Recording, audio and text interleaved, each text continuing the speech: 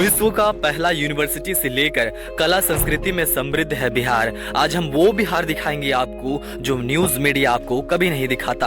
Hello everyone, this is Chandradev, आप देख रहे हैं रांची जोन। अगर आप हमारे चैनल में नए हैं तो प्लीज रांची जोन को सब्सक्राइब करें ताकि आप ऐसे ही इंफॉर्मेटिव वीडियो से कनेक्ट रह सके। जब खिलजी बीमार पड़ गए थे तो इस विश्वविद्यालय के एक प्रोफेसर से उनके इलाज करने को कहा गया, लेकिन यह भी शर्त रखा गया कि भारतीय आयुर्वेदा का यूज नहीं करेंगे। लेकिन उनके मन में ये उपाय आया कि उन्हें कुरान पढ़ने के लिए दिया जाए और कुरान में ही आयुर्वेदा का छिड़काव करके उन्हें पढ़ने दिया जाए। ऐसे में वे तुरंत ठीक हो गए। तो खिलजी को लगा कि ऐसे में तो देश बहुत आगे ग्रो कर जाएगा, भारत विकसित हो जाएगा या फिर विश्व गुरु बन जाएगा। ऐसे में ही खिलजी ने अपनी मंदबुद्धि वाली सोच के कारण इस विश्वविद्यालय को जलाकर राख कर दिया और यह आज सिर्फ एक बेहद ही खूबसूरत ऐतिहासिक स्थल बन के रह गया है। यह एक ऐतिहासिक स्थल बिहार का सबसे पुराना, न सिर्फ बिहार का बल्कि पूरा विश्व का सबसे पुराना और पहला विश्वविद्यालय है जिसे नालंदा यूनिवर्सिटी कहा जाता है। इसके बाद हमारा अगला डेस्टिनेशन है तुतला तिलहर और ककोलत वाटरफॉल। ये सभी वाटरफॉल बिहार के सबसे ज्यादा घूमे जाने वाली वाटरफॉल में से हैं। ये सभी अपनी खूबसूरती के लिए जाने जाते हैं। यहाँ की प्रकृति, यहाँ पर पल रही प्रकृति के गोद में झरना बेहद ही अट्रैक्टिव होती हैं। इस वाटरफॉल की टूर करने के लिए खासकर नया साल में भारी भीड़ उमड़ती है।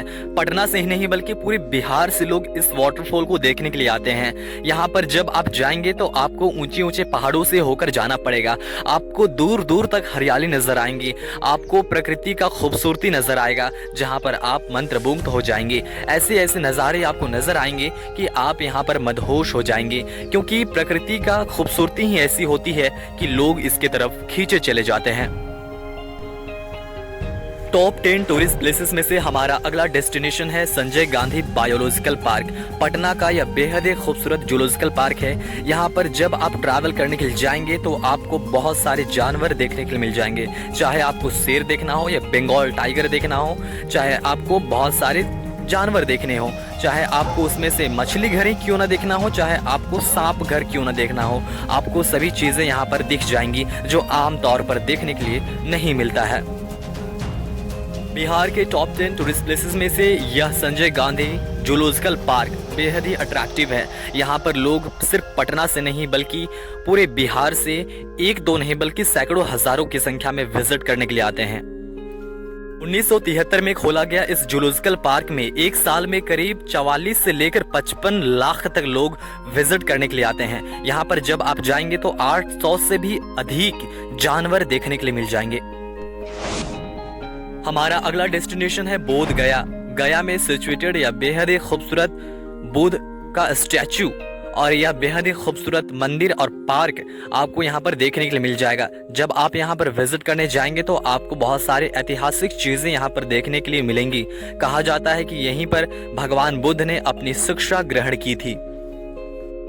500 ईसा पूर्व गौतम बुद्ध ने यहीं पर फल्गु नदी के किनारे और बोधि वृक्ष के नीचे बैठकर अपनी तपस्या से और अपनी कड़ी मेहनत से यहीं पर ज्ञान प्राप्त किया था।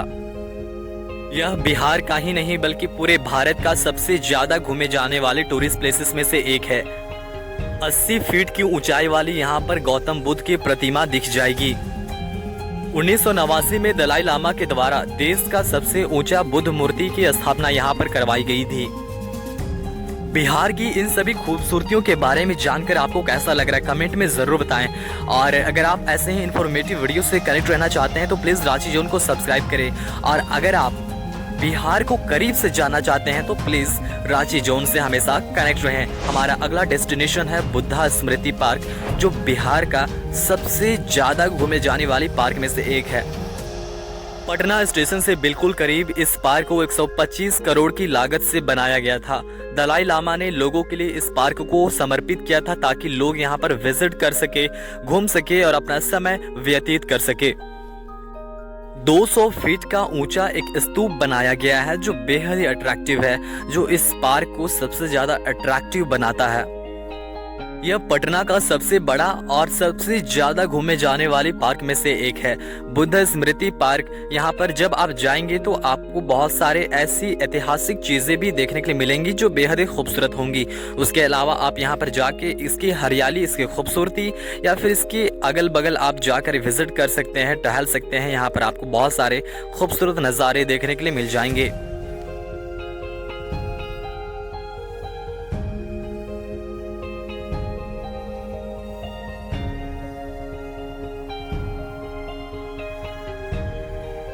हमारा अगला डेस्टिनेशन है ग्लास ब्रिज राजगीर, जो बिहार का सबसे ज़्यादा अट्रैक्टिव टूरिस्ट प्लेसेस में से एक है। जब आप यहाँ पर जाएंगे तो आपको लगेगा कि आप स्काई में वॉक कर रहे हैं, इसीलिए इसे स्काई वॉक भी कहा जाता है। यहाँ पर एक बार में 40 लोग जा सकते हैं। बात करें इसकी ऊंचाई की तो ज़मीन से करीब 200 फीट की ऊंचाई में इस स्काई वॉक को बनाया गया है।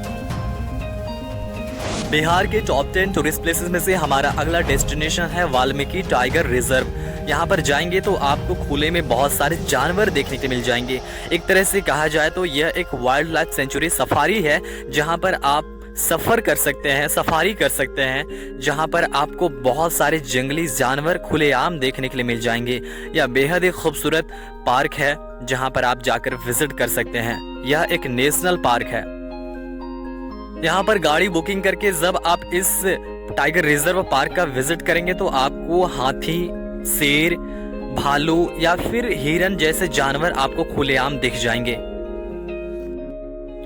जूलॉजिकल पार्क में भी बहुत सारे जानवर देखे जा सकते हैं, लेकिन इस पार्क में जो मजा आएगा वो उस पार्क में नहीं आ सकता है, क्योंकि वो एक जूलॉजिकल पार्क है और यह एक वाइल्ड लाइफ सेंचुरी जैसा पार्क है, जहां पर आप सफारी कर सकते हैं। बिहार के टॉप 10 टूरिस्ट प्लेसेस में से हमारा अगला डेस्टिनेशन है दरभंगा किला। यहाँ पर जब आप जाएंगे तो आपको बहुत सारे ऐतिहासिक चीजें देखने के लिए मिल जाएंगी। यह एक हिस्टोरिकल टूरिस्ट प्लेस है। इसे 1934 से लेकर 1947 के बीच में बनाया गया था। अगर आप भी ऐतिहासिक जगहों को घूमने में रुचि रखते हैं तो यह जगह आपके लिए है। 85 एकड़ में फैला हुआ इस दरभंगा किला को राम बाग किला के नाम से भी जाना जाता है।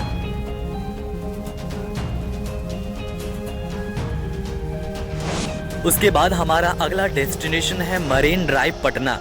आपको लग रहा होगा कि मरीन ड्राइव यहाँ पर कैसे आ गया, लेकिन जी बिल्कुल, यह एक सबसे ज़्यादा घूमे जाने वाली और लोगों के द्वारा पसंद करे जाने वाली यह एक बेहद ही खूबसूरत जगह है। यहाँ पर जाएंगे आप तो नदी के किनारे जो झोंके चलते हैं, हवाओं के झोंके चलते हैं, आपको मोहित कर देंगी।